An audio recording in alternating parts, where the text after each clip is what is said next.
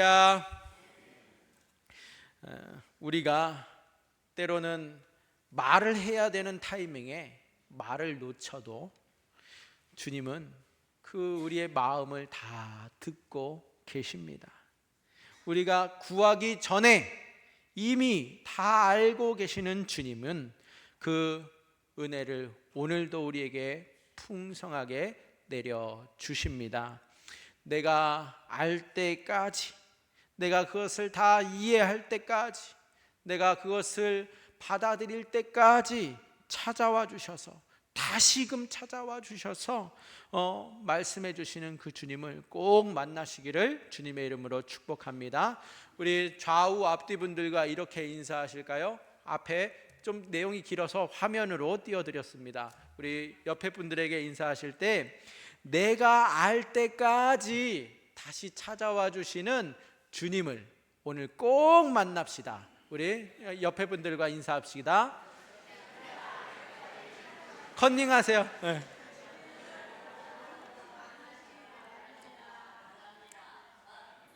아멘, 아멘.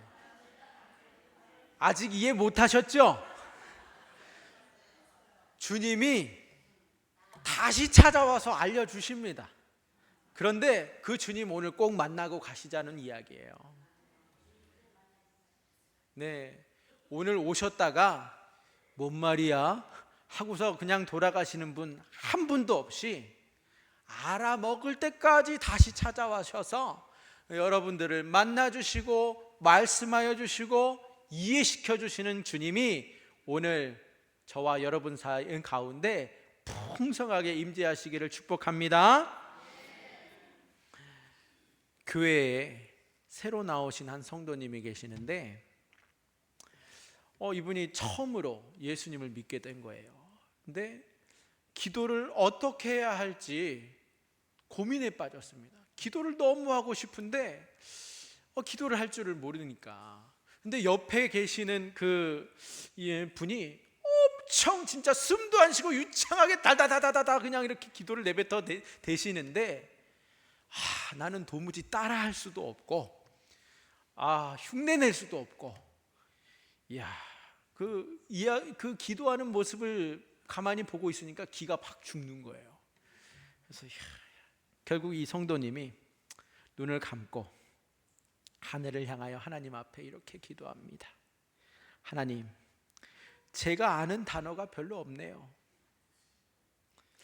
그냥 가나다 순으로 제가 읊을 테니까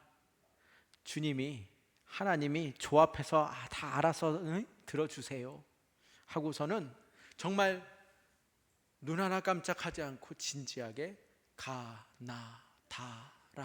가나다라마바사 그렇게 읊고 있는 겁니다. 그랬더니 옆에 기도하는 시간에 이게 뭔 소리야 하면서 성도님들이 웅성웅성 거리는 거예요. 저 사람 뭐하냐, 가나다라가 뭐야 하고 있는데 이 성도님에게 하나님이 그 순간 들려주시는 마음의 음성이 뭐냐, 얘야 걱정 말아라. 내가 그렇게 옹알거려도 나는 너의 마음속에 있는 감사와 사랑이라는 단어를 이미 다 읽었단다. 여러분, 우리가 유창하게 기도할지 몰라도, 우리가 아주 미사오구를 늘어놓지 못한다 할지라도 주님은 우리의 그 옹알이 같은 기도마저도 다 우리의 마음을 이미 아시고 응답하여 주시는 자상하고 사랑의 하나님이심을 기억하시기 바랍니다. 여러분, 우리는 기도를 생각하면 늘 부담이 있어요. 기도를 어떻게 생각하냐면, 내가 기도를 열심히 아주 그 기도의 분량을 채움으로써 하나님이 나의 인생을 보호해 주시기 위하여서 내가 투자해야 하는 것처럼 생각합니다.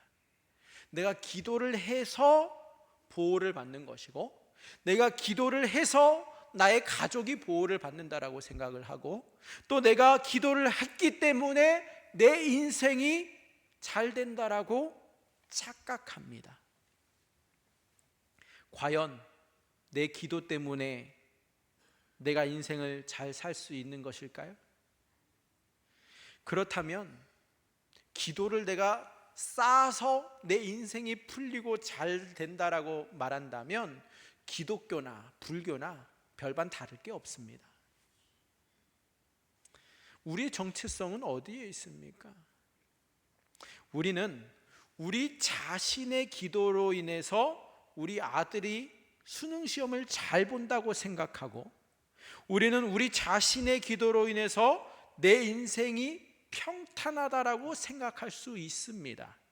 그러나 이것은 엄밀히 따져보면 우리를 위해서 지금도 하나님 우편에서 계속해서 기도하고 계시는 예수님을 향한 모독이 될 수 있는 위험한 생각입니다. 오늘 기도라고 하는 이 문제를 제가 여러분들과 함께 나누게 된 것에 대해서 너무나도 감사하고 기쁘게 생각합니다. 우리의 기도가 무엇일까? 또 예수님은 우리를 위해서 무엇을 해주시기 원하시는지, 또 예수님이 우리에게 해주신 것이 무엇인지를 확실하게 알아가는 시간이 되시기를 축복합니다.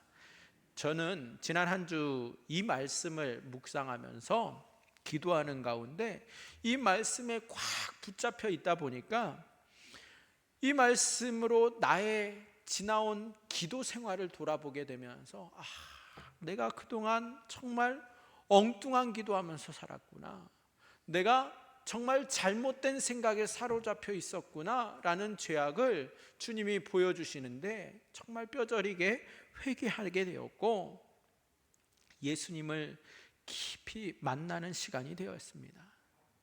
여러분도 지금부터 이 예수님의 말씀에 사로잡혀서 도망치는 인생이 아니라 담대한 인생을 살아가시는 귀한 축복의 시간이 되시기를 축복합니다.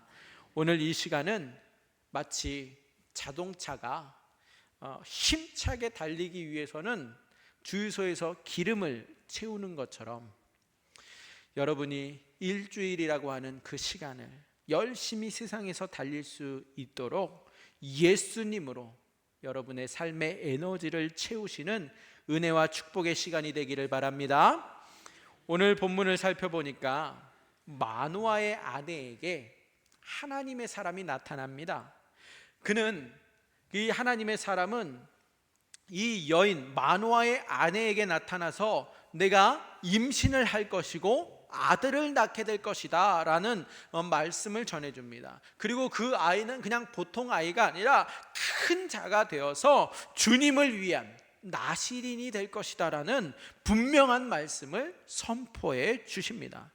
그런데 그 여인, 이 마노아의 아내가 이 광채나는 모습으로 나타나서 위험찬 목소리로 전해주는 그 상황 앞에, 그 말씀 앞에 눌린 거예요. 말의 그 목소리와 그 위험 앞에 눌려서 그만 그 모든 축복의 메시지는 들었는데 정작 누가 이 말을 하고 있는지, 지금 이 분은 어디서 오셨는지를 미처 묻지를 못했습니다. 남편에게 가서 그 여인이 들은 이야기를 전해주는 거예요. 축복의 말을, 그 내용을 그대로 전해주었는데 정작 누가 그런 말을 하고 갔는지는 말하지 못합니다.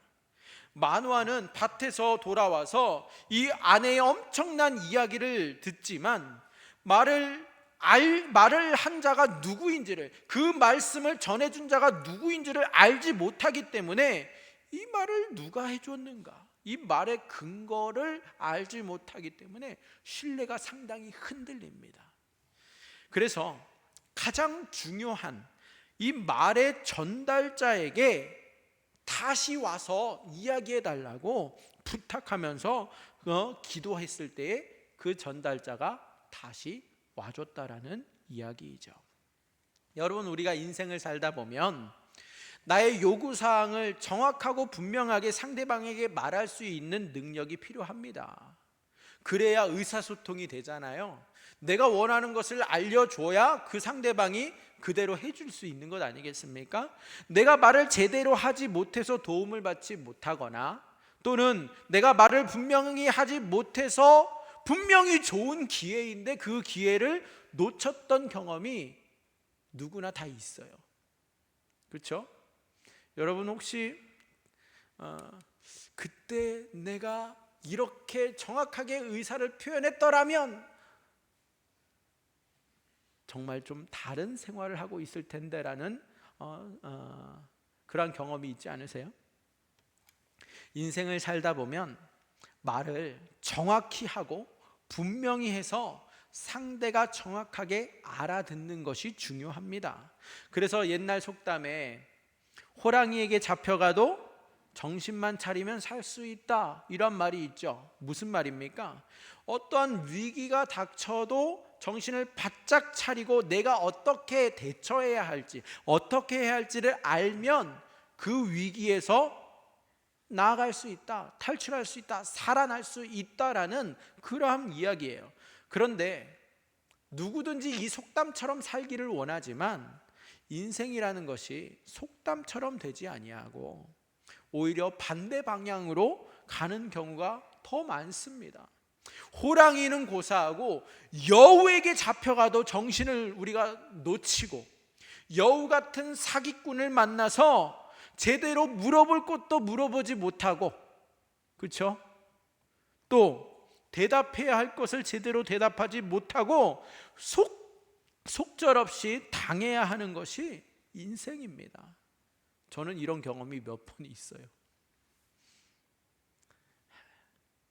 창피하게도 할 말을 못하고 물어볼 건 못 물어보고 그냥 고스란히 피해를 떠안아야 했던 일들이 있어요. 저만 그런 거 아니죠? 곰곰이 누워서 자신의 삶을 뒤돌아 생각해 본다면 당연히 해야 할 말을 하지 못해서 가슴앓이를 해야 할 일들이 참 많습니다. 누구나 다 그래요. 정치인들 보세요.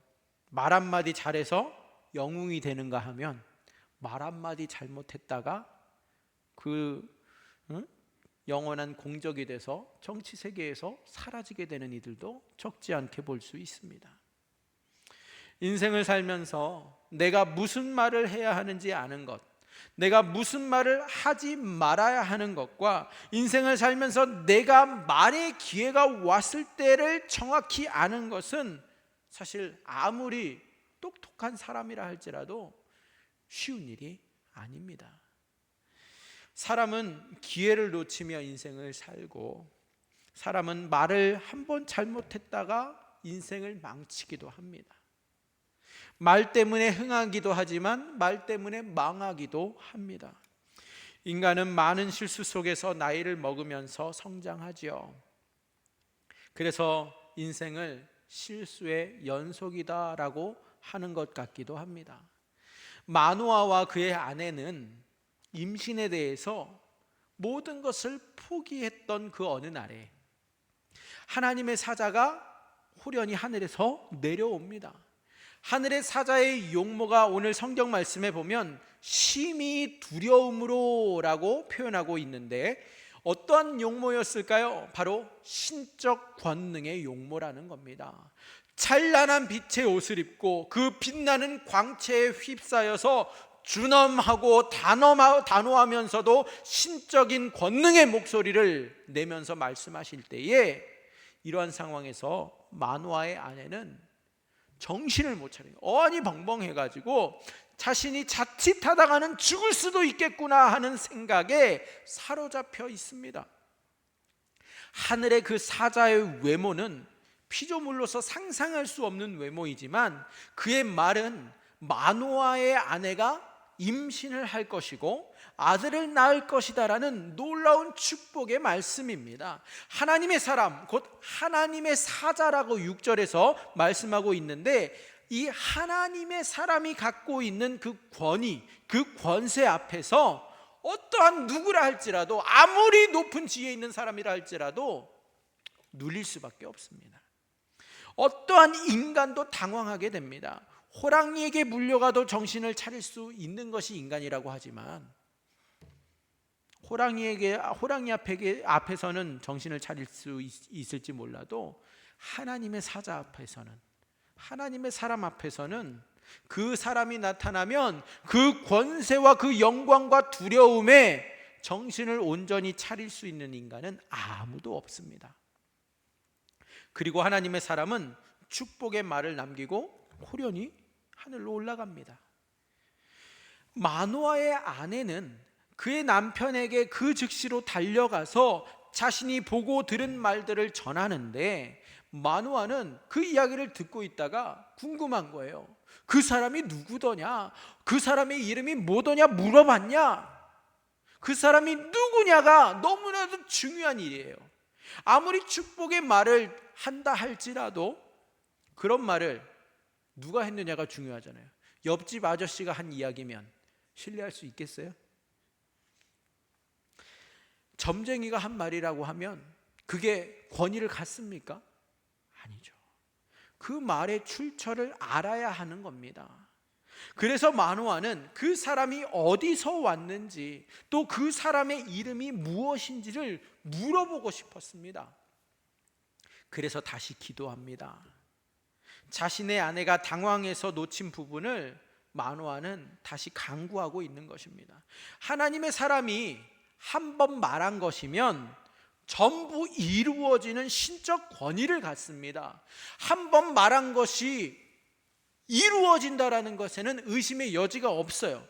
자신이 잘 그것을 못 들었다면 못 들은 사람의 책임이지, 그걸 말을 전한 사람의 책임이 아니에요. 자신이 직접 듣지 못했으니까 다시 와서 말해달라고 하면, 그러면 여러분, 하나님의 사람이 또 내려와서 한 사람 한 사람 쫓아다니면서 그 말을 다시 해줘야 됩니까? 그래야 되겠어요? 직접 못 들었다 할지라도, 직접 보지 못했다 할지라도, 그렇다고 하나님의 사자를 다시 내려오라고 하는 것이 말이 됩니까? 못 들었어도 전에 들었으면 믿어야죠. 하나님의 사자가 전해주는 말이면 믿어야죠. 그런데 그 사자를 다시 내려오라고 요청하는 것은 아무리 생각해도 좀 지나친 처사가 아니겠습니까? 자신이 TV를 보다가 생방송으로 막 TV를 보고 있는데 순간 놓쳤어요, 그 장면을. 그렇다고 방송사에다가 전화해가지고 조금 전에 지나간 그 화면 좀 다시 돌려주세요, 제가 못 봤거든요 하면 말이 됩니까? 말이 안 되는 얘기죠. 그런데 지금 이 마노아가 하나님의 사자를 다시 보내셔서 나에게 말씀을 전해달라고 하는 것은 이보다 더 심한 처사입니다. 하나님께서 그런데 인간을 위해서 만들어주신 에덴 동산에서는요, 인간은 하나님과 대화를 나누는 관계입니다. 그 대화를 오늘날에는 기도라고 하죠. 그런데 에덴 동산에서는 기도라고 하지 아니하고 대화라고 불렀어요. 하나님은 사람에게 어떠한 일을 지시하시기도 하시고, 또 어떠한 것들을 물어보기도 하시고, 또 어떤 것을 알려주시기도 합니다. 그러면 그 사람은 그것에 대해서 답변을 하기도 하고, 또 자신이 모르면 추가적으로 질문도 하는 거예요. 에덴 동산에서 사람은 알고 깨달을 때까지 하나님께서 말씀하여 주셔서 그 대화를 나누고 또 나눔으로 알게 해 주셨어요. 하나님께서 때때로 직접 가르쳐 주시면서 말씀하시기도 하고, 하나님께서 사람에게 지혜를 주시고 총명함을 주셔서 하나님께 질문할 수 있게도 하셨고, 또 하나님의 답변을 들을 수도 있는 관계였습니다. 인간은 이렇게 항상 자신이 모르는 것에 대해서 알 수 있는 그 순간까지, 알게 되기까지 계속해서 질문할 수 있습니다. 그러나 어느 날 인간은 주님께 물어보는 인생에서 자신이 스스로 모든 것에 해답이 되고 또 자신이 스스로 모든 것을 결정하는 그 위치가, 하나님의 자리가 탐나기 시작합니다. 그래서 살며시 하나님의 자리에 앉으려고 하는 순간 에덴 동산에서 쫓겨나게 됩니다. 에덴 동산에서 죄를 짓고 쫓겨나온 순간부터 타락한 인간은 그의 모든 인생 속에 그 모든 질문에 더 이상 물어볼 대상이 사라져요. 스스로 인생을 알아서 살아가야 하는 비참한 현실에 빠져들고 맙니다.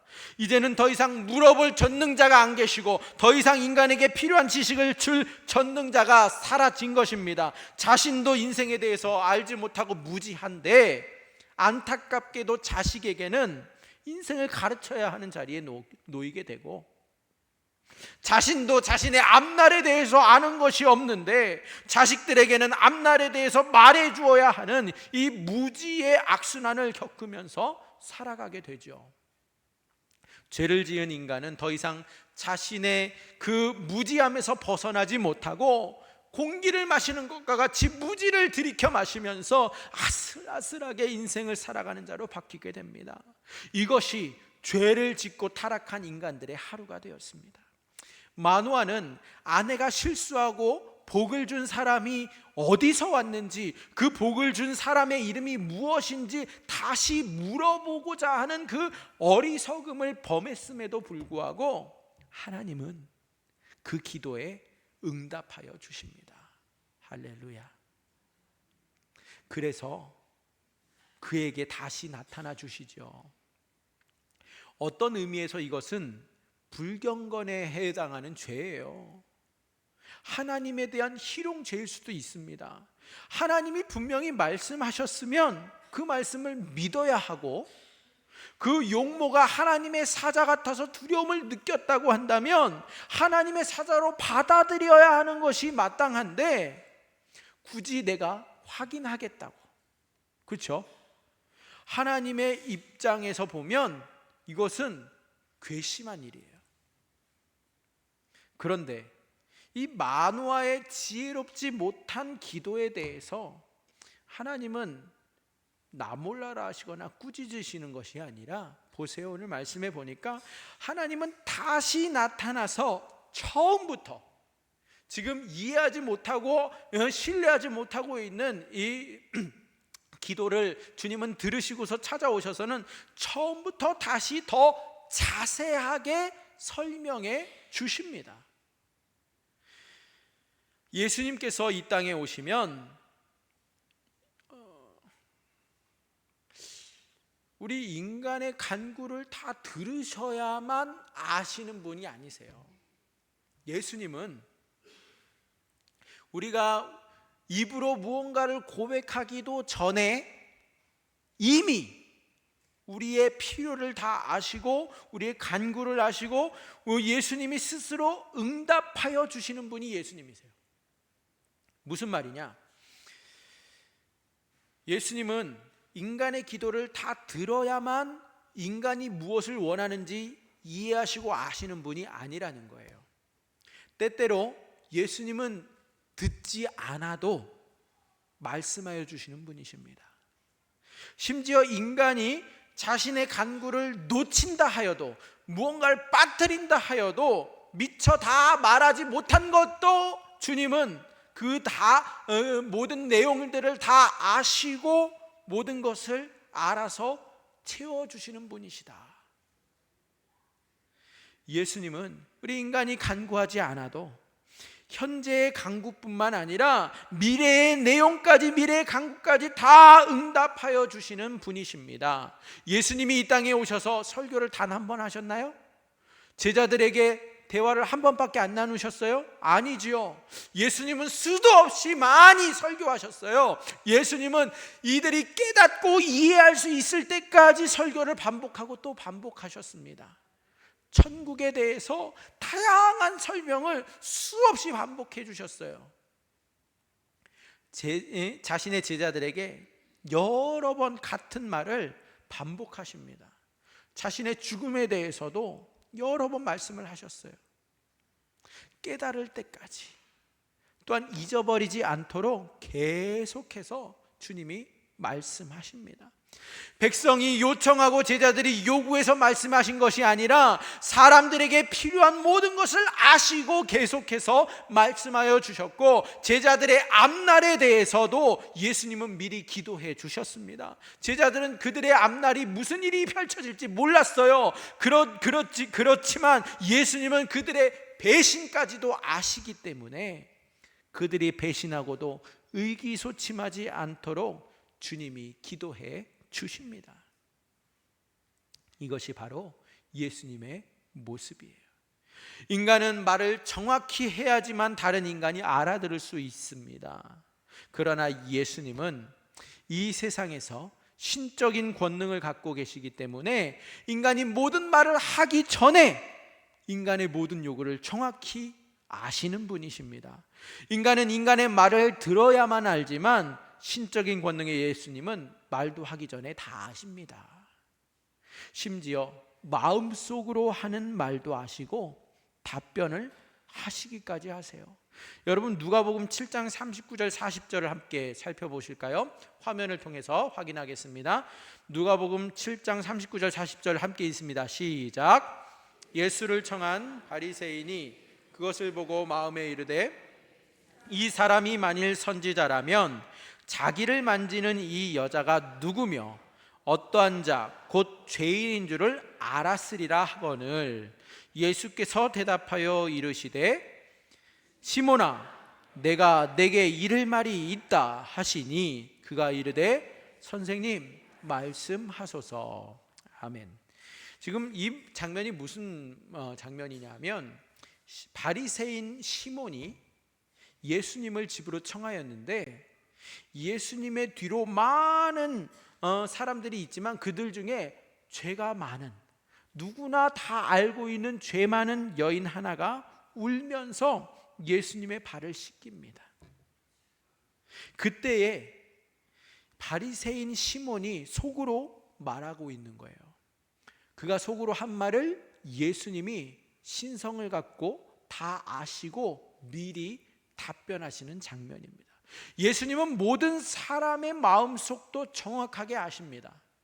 또한 이 죄 많은 여자가 예수님의 발을 자신의 그 눈물로 씻기고 자신의 머리카락으로 닦는 이유를 예수님께 말하지 않았지만 그 눈물만 흘려도 예수님은 다 아십니다.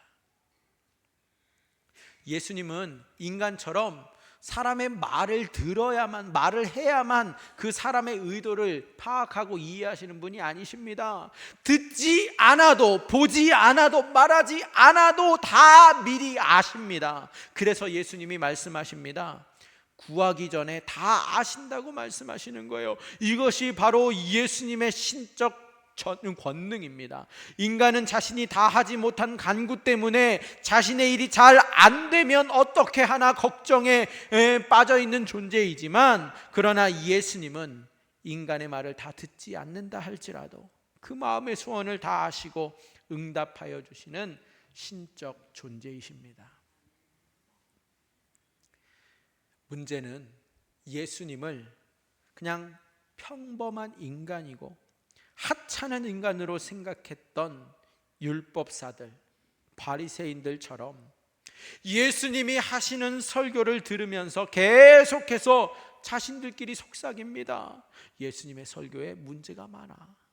예수님의 설교를 들으면서 막 분한 마음으로 어떻게 해서든 꼬투리를 잡기 위해서 그들이 귀를 기울였고, 예수님의 설교를 들으면서 속으로 불평을 하고 있었고, 이것을 옆에 있는 자들에게 공감을 얻어내려고 나누기도 합니다. 속으로 생각했고 아주 작은 목소리로 속삭였지만, 왜요? 예수님이 그들의 생각을 모를 거라고 생각했고, 예수님은 자신의 소리를 들을 수 없다라고 믿었고, 예수님이 메시아의 능력을 갖고 있지 못하고 메시아의 권능이 없다고 업신여기며 무시했기 때문에 메시아는 신적 권능을 갖고 나타나는 초월적인 인간이어야만 합니다. 이러한 분이라는 것을 유대교 신학자들이라면, 바리새인들은 다 너무나도 잘 알고 있으면서도 예수님을 메시아로 생각하지 않았기 때문에 그를 무시하고 우습게 생각하면서 자신의 생각을 읽지 못할 거라고, 자신의 마음을 듣지 못할 거라고 마음껏 속으로 비난했던 것입니다. 예수님은 그러나 그들의 마음의 생각과 그들의 속삭이는 모든 말들을 다 들으셨습니다. 예수님을 비난하는 마음의 생각 하나도 빠짐없이 다 들으셨고, 예수님의 설교를 비난하는 모든 속삭이는 욕들을 다 아셨고, 예수님을 하루 종일 욕하는 자들의 그 모든 욕과 비난의 저주를 다 들으셨습니다. 인간을 지옥의 형벌로부터 살려주기 위해서 자신의 생명을 버리고 십자가에서 대신 죽기 위해 이 땅에 오셨건만, 유대교 종교 지도자들은 예수님을 욕하는데 하루가 부족한 자들이었고 쉬지 않고 저주를 퍼부었습니다. 마음으로 속삭임으로 예수님은 그 모든 것을 다 들으셨고 다 아셨기 때문에 예수님의 고통은요, 우리 인간의 고통보다 훨씬 더 컸습니다. 우리는 내가 들은 말에 대해서 속상해하고 막 힘들어하지만, 예수님은 듣지 못하는 그 마음과 제스처와 그 속마음까지도 다 듣고 아시고 계시기 때문에 그 고통은 인간의 고통보다 훨씬 더 큽니다. 예수님이 이 땅에 오셨을 때 많은 사람이 예수님을 쫓아다니면서 예수님의 몸을 만졌어요. 마태복음 14장 말씀해 보면 35절 36절 함께 보실까요? 마태복음 14장 35절과 36절입니다. 시작. 그곳 사람들이 예수이신 줄을 알고 그 근방에 두루 통지하여 모든 병든 자를 예수께 데리고 와서 다만 예수의 옷자락에라도 손을 대게 하시기를 간구하니 손을 대는 자는 다 나음을 얻으니라. 아멘. 지금 예수님께 모든 병자들이 몰려와서 손으로 예수님의 몸을 만지기를 원했습니다. 예수님의 몸을 만질 때에 자신의 소원을 말하지 않았어요. 예수님의 몸을 만질 때에 그동안의 모든 사연을 말하지 않았습니다. 예수님은 각각의 그 사람의 모든 소원과 간구를 다 알고 계셨어요. 다 아시고 그 병자들을 하나하나 고쳐주셨는데, 예수님께는 우리가 많은 것을 말하지 않아도 예수님은 미리 모든 것을 다 아시고 응답하여 주시는 분이시라는 사실입니다. 마태복음 6장 31절과 32절도 함께 읽어보실게요. 시작. 그러므로 염려하여 이르기를 무엇을 먹을까, 무엇을 마실까, 무엇을 입을까 하지 말라. 이는 다 이방인들이 구하는 것이라. 너희 하늘 아버지께서 이 모든 것이 너희에게 있어야 할 줄을 아시느니라. 아멘. 우리가 구하지 않아도 모든 것을 다 아시고 응답하여 주시는 분이 바로 예수님이십니다. 사람의 기도가 아무리 서툴러도 알아서 정확하게 들으시는 분이 누구시라고요? 예수님이십니다. 사람이 다 기도하지 못해도 각 사람의 그 못한 기도 내용까지도 다 아시고 응답하시는 분이 바로 예수님이십니다. 어떨 때 예수님께 다 기도하지 못하고 그냥 마음이 아파서 기도도 안 나오고 눈물만 흘릴 때, 예수님은 그 눈물에 담겨져 있는 모든 말들을 다 알아들으시고, 때때로 그 사람의 상처난 마음을 주님은 찾아와서 위로해 주시고, 그 추악한 죄를 용서해 주시는 분이 바로 우리 주 예수 그리스도이십니다. 예수님께 아랠 때에는 어떠한 체계적인 미사어구의 말보다 간절한 그 말 한마디가, 그 마음이 더 필요한 이유가 바로 이것입니다. 화려한 말보다 솔직한 말로 우리는 기도해야 합니다. 예수님은 말 그 자체에 홀리는 분이 아니시기 때문에 우리의 마음과 우리의 영혼을 정확히 보십니다. 때때로 우리가 잘못 기도할 때도 있어요. 다른 방향으로 구할 때도 있습니다. 이렇게 기도했다가 반대로 구하기도 하고, 정말 사람으로서 듣고 있으면 헷갈릴 때가 있어요. 이걸 해달라는 건지 저걸 해달라는 건지. 그런데 그것까지도 예수님은 올바른 방향으로 인도해 주시고 고쳐주면서 우리를 축복의 길로 인도하여 주십니다.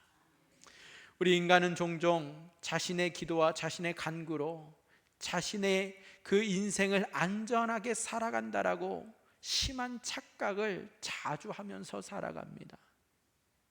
내가 기도해서 내가 먹고 사는 줄로 착각합니다. 내 기도의 열정으로 오늘까지 이렇게 편안하게 왔다고 자만할 수 있는 자가 바로 인간입니다. 그런데 기도란 내가 다 아뢰지 못해도, 서툴게 간구해도, 어떨 때에 주님 앞에 나와서 그냥 눈물만 흘려도 예수님은 그 모든 것을 다 아시고 차마 아뢰지 못한 그 모든 것들까지도 다 응답하여 주십니다.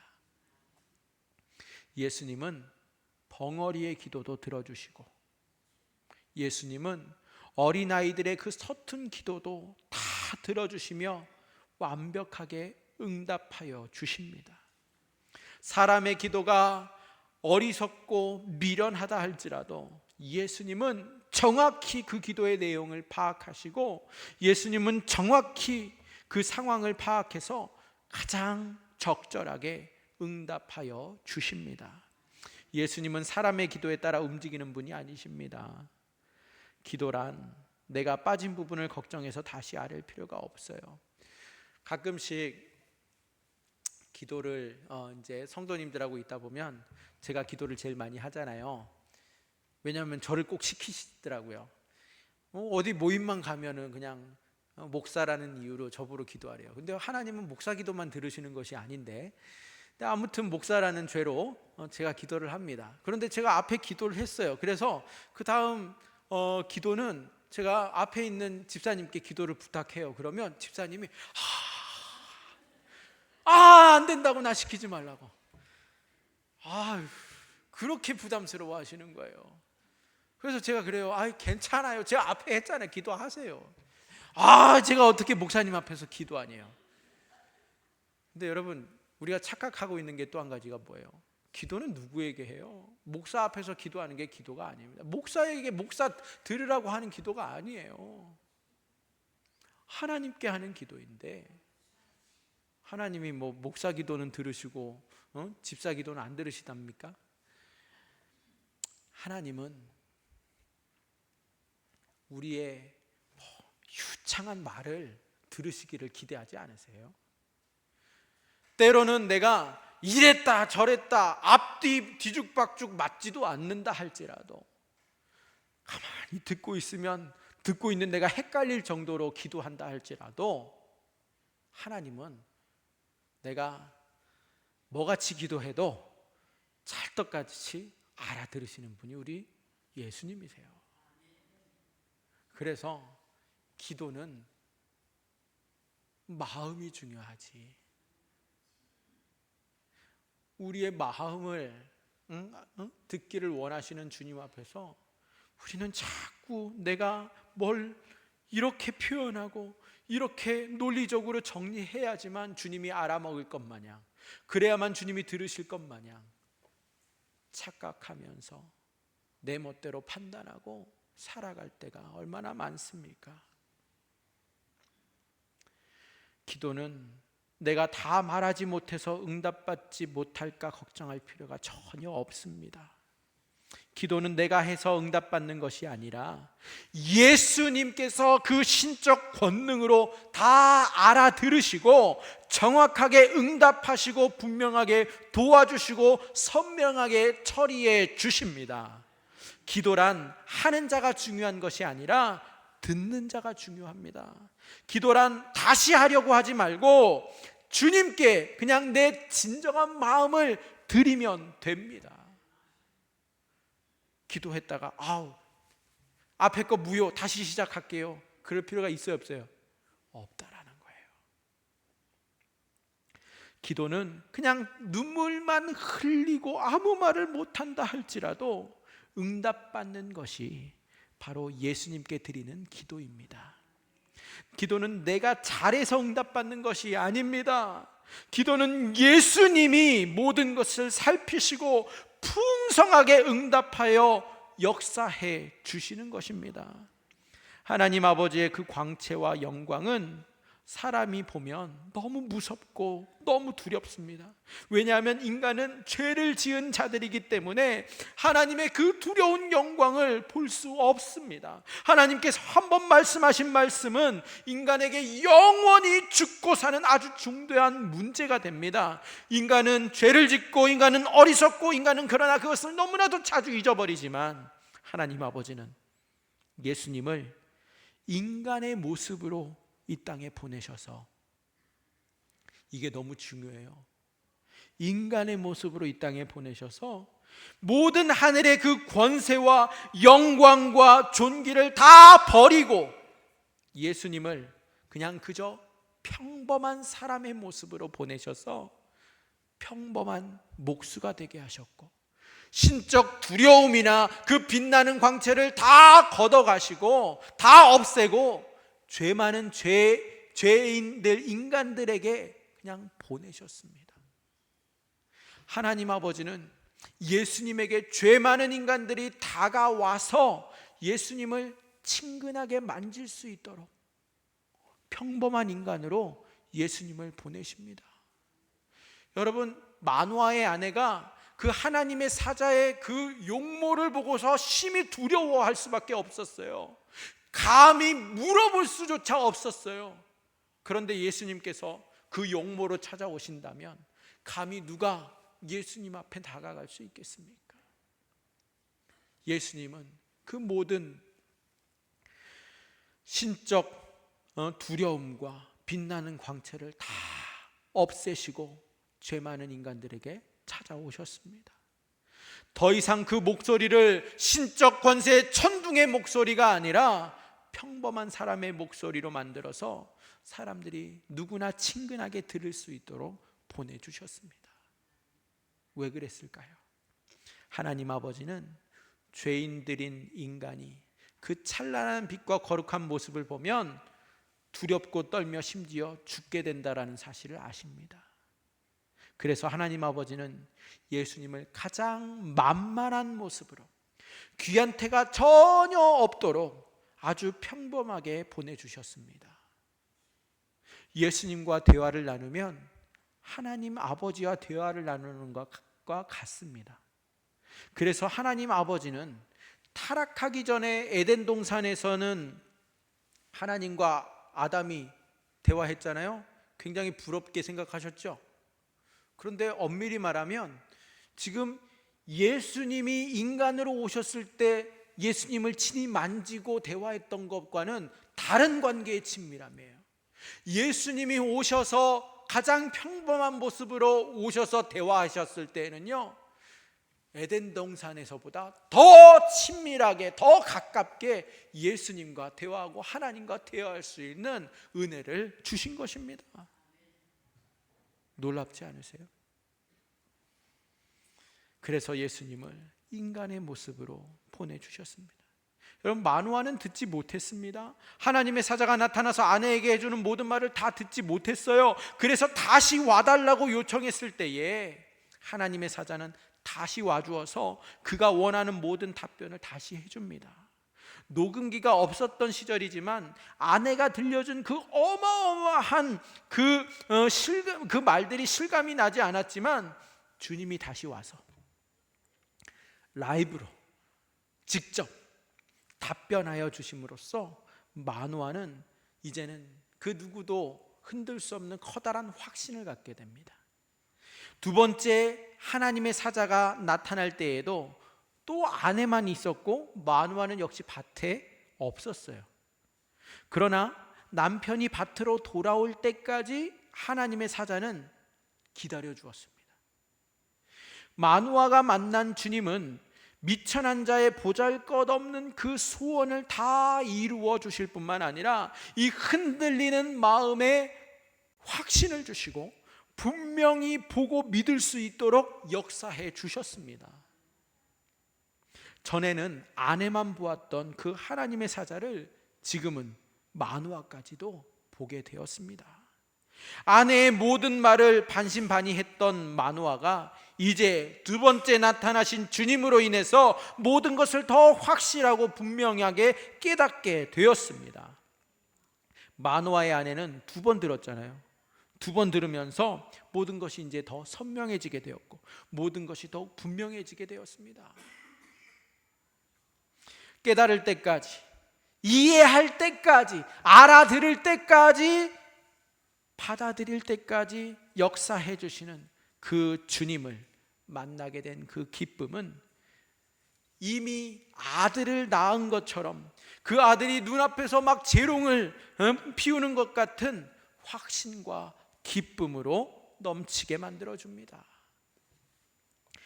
요즘 현대인들이 자신의 말을 정확하게 할 수 있는 것은 지성이고 능력이라고, 경쟁력이라고 말합니다. 수능 시험에서 그래서 논술은 바로 자신의 그 핵심과 논지를 말해서 글로 표현하는 능력이죠. 이것이 중요한 것은 자신의 의도를 정확하게 정리할 줄 아는 것이 그 사람의 지성이기 때문에 그렇습니다. 그러나 현대인들은 전능한 신을 만나면 자신을 위해서 무슨 말을 해야 하는지 알지 못합니다. 여기에 함정이 있어요. 이렇게 지성을 자랑하는 현대인들은 정작 하나님을 만나면 그 하나님 앞에 내가 무엇을 말해야 되는지 모른다라는 거예요. 무엇이 좋은지 알지 못합니다. 여러분, 그동안의 기도를 생각해 보세요. 뭘 구하셨습니까? 기껏해야 돈을 달라고 하고 복권에 당첨되게 해달라고 하고, 정작 복권에 당첨이 되면 술에 찌든 인생이 되고 도박에 미친 인생이 되고 가정은 파괴되는데도 한치 앞을 내다보지 못하고 계속해서 헛된 것만 구하는 인생이 됩니다. 자신이 망가지는 기도를 하는 자가 이렇게 미련한 인간이에요. 그래서 예수님은 사람들이 무엇을 구해야 하는지 모를 때에, 무엇이 진정 자신에게 도움이 되는지 모르는 이 인간들에게 찾아오십니다. 그래서 그 부족한 기도를 주님이 채우시고 인간의 그 미련한 기도를 지혜로운 기도로 바꾸어 주시는 역사입니다. 인간이 해서는 안 될 기도를 막아주시고 인간이 해야 할 기도로 인도해 주십니다.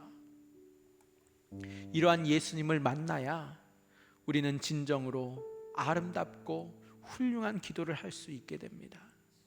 예수님을 만나면 내가 어떤 기도를 해야 하는지 정확하게 알게 되지만, 그래서 영생에 이르는 자가 되지만, 예수님을 만나지 못하고 예수님께 나오지 못하면 자신의 기도와 간구는 자신의 영혼까지 망가뜨리고 자신의 미래를 날려버리고 자신의 삶을 지옥으로 들어가게 만들 뿐입니다.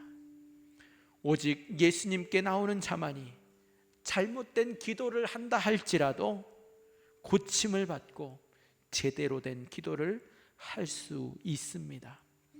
누구든지 예수님을 만나면 나에게 정말로 필요한 기도가 어떤 기도인지를 알게 됩니다.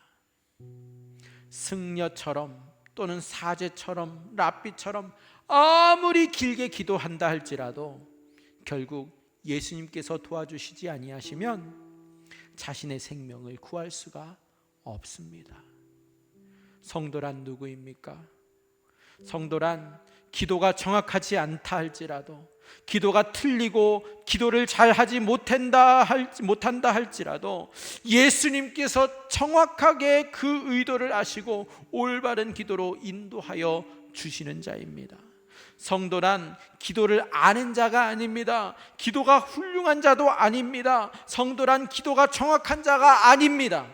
예수님께서 성도의 기도가 아무리 엉망이고 기도의 순서가 뒤죽박죽 잘못되었다 할지라도, 그 기도가 미련해도 예수님께서 그런 기도를 다 정리하시고 올바른 방향을 잡아주시고 다 새겨 들으십니다. 그래서 성도는 엉망으로 기도해도 예수님의 역사로 정확하게 응답을 받습니다. 성도는 때때로 자신의 기도 내용을 잊어버린다 할지라도, 때때로 자신이 올바른 방향으로 가지 않고 심지어 거꾸로 기도한다 할지라도 예수님은 그 모든 것을 올바른 방향으로 인도하여 주십니다. 갓난아기가 분유 주세요, 젖 주세요, 기저귀 갈아주세요 말하지 못하잖아요. 그래도 그 옹알거리는 아기의 울음과 옹알이를 듣고 그 엄마는 다 알아듣습니다. 아기가 필요하면 그 모든 것을 채우는 것과 같이, 기저귀를 갈아다 줄 타이밍인지 젖을 먹고 싶어 하는 것인지 다 알아서 때에 맞춰서 주시는 것과 같이, 예수님은 우리 성도의 기도를 그렇게 알아들으시고 분명하고 정확하게 응답하여 주십니다. 마노아의 아내처럼 깜빡 잊고 하지 못한 간구마저도 예수님께서는 다 알아들으시고 다시 나타나서 역사해 주시듯이 성도들의 삶에서도 매일 그렇게 역사해 주십니다. 우리는 날마다 기도를 잘하기 위해서 애쓰며 노력하는 경우가 많습니다. 우리는 많은 것을 구해야 많은 것을 받는다고 착각하면서 주님께 많이 기도하려고 합니다. 마르다처럼 많은 음식을 준비해야 주님이 기뻐하실 것이라고 착각합니다.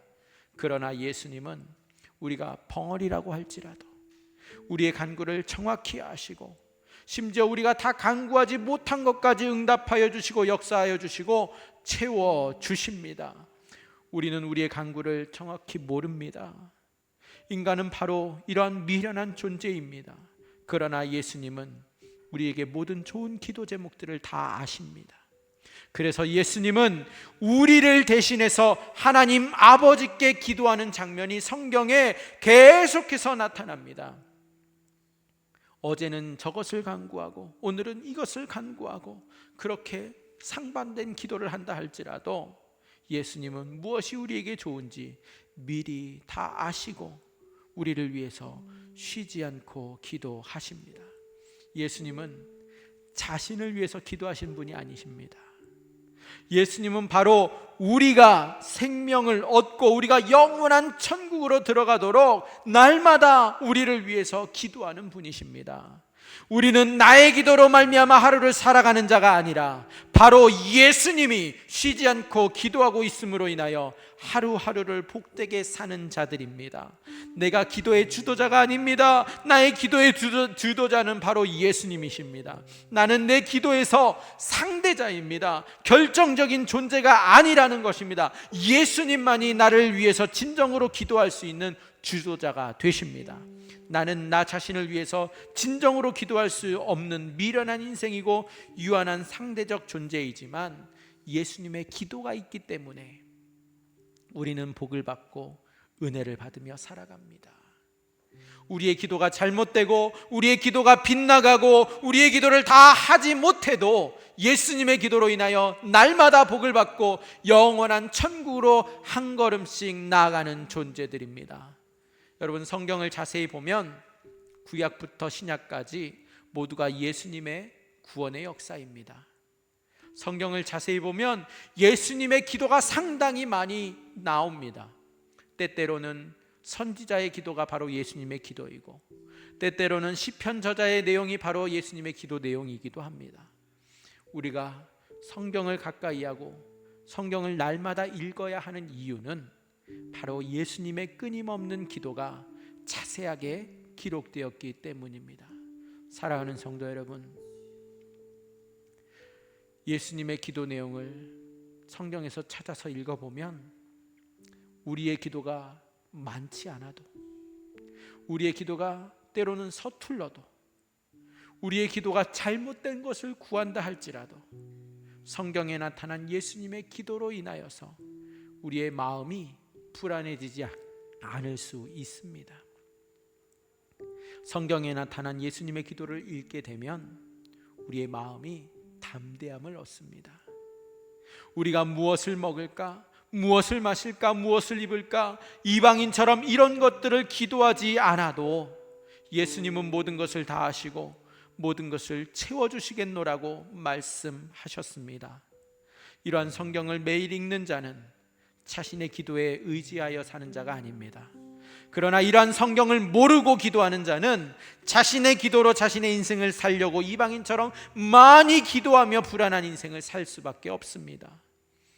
이제는 성경을 가까이 하시고 매일 읽음으로 성경 전체 속에 나타난 예수님의 의도를 알고 예수님의 기도를 알면서 이 세상을 내 힘이 아니라 예수님의 힘과 은혜로 담대하게 살아가시기를 축복합니다.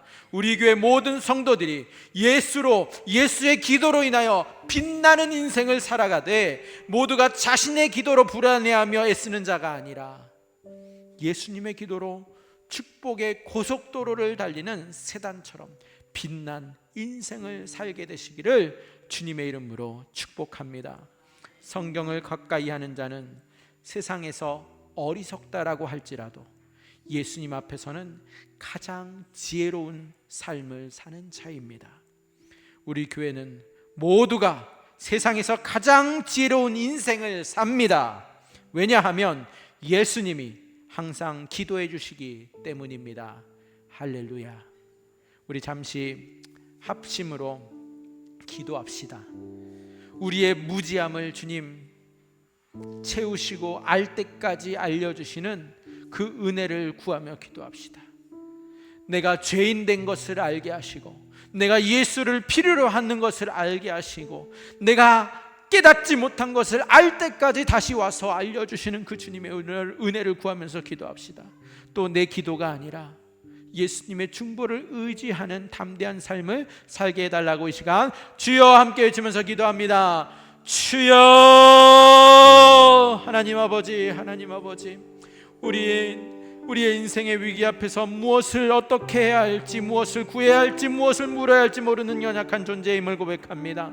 마노아의 아내가 두려움에 눌려서 묻지 못했던 것들을 마노아의 기도를 통해 다시 자상에게 가르쳐 주셨던 것처럼 우리가 깨닫지 못하고 확신을 가지지 못한 모든 것들을 반복해서 말씀해 주시는 주님의 인내와 사랑을 주님 경험하게 하여 주시옵소서. 내 생각과 지혜를 내려놓게 하시고 우리를 가장 선한 길로 인도하시기 위해 끊임없이 말씀하시는 주님의 음성에 귀 기울이는 지혜로운 성도가 되게 하여 주시옵소서. 내가 열심히 기도해서 인생이 잘 풀린다는 착각에서 자만에서 벗어나게 하여 주시고 우리가 구하기 전에도 우리의 필요를 이미 하시는 주님의 신적 권능을 신뢰하는 자로 우리를 변화시켜 주시옵소서. 우리의 기도가 서툴고 엉망일지라도 갓난아기의 옹알이마저 알아듣는 어머니처럼 우리의 탄식과 눈물을 정확한 응답으로 바꾸시는 예수님의 중보를 의지하며 살아가게 하여 주시옵소서. 쉬지 않고 우리를 위해 기도하시는 예수님이 계시기에 어떤 상황에서도 불안해하지 않도록.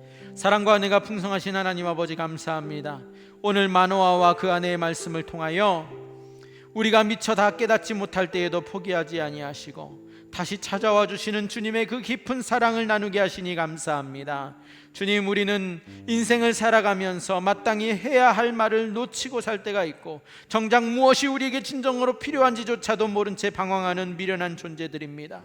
내가 열심히 기도해야만 내 인생이 안전할 것이라는 착각 속에 불안해하며 기도를 주님과의 대화가 아닌 그냥 힘겨운 숙제로 여겼던 우리의 연약함을 용서하여 주시옵소서. 이 시간 주님 간구합니다. 우리가 벙어리처럼 입을 떼지 못하고 눈물만 흘릴 때에도 그 눈물 속에 담긴 간절한 수원을 정확히 하시는 주님을 온전하게 신뢰하게 하여 주시고 우리가 깨달을 수 있을 때까지, 우리가 이해하고 받아들일 때까지 반복해서 말씀하시며 가르쳐 주시는 그 주님의 자상한 음성에 귀를 기울이게 하여 주옵소서. 이제는 나의 서툰 기도에 의지하는 것이 아니라 지금 이 순간에도 우리를 위해 쉬지 않고 기도하고 계시는 예수님의 완벽한 중보를 믿으며 담대히 나가기를 소망합니다. 우리 교회 모든 성도마다 자신의 기도로 불안해하는 자가 아니라 주님이 예비하신 축복의 고속도로를 달리는 빛나는 인생이 되게 하여 주시옵소서. 우리의 모든 형편을 아시고 가장 좋은 길로 인도하시는 우리 주 예수 그리스도의 이름으로 감사하며 기도드리옵나이다. 아멘.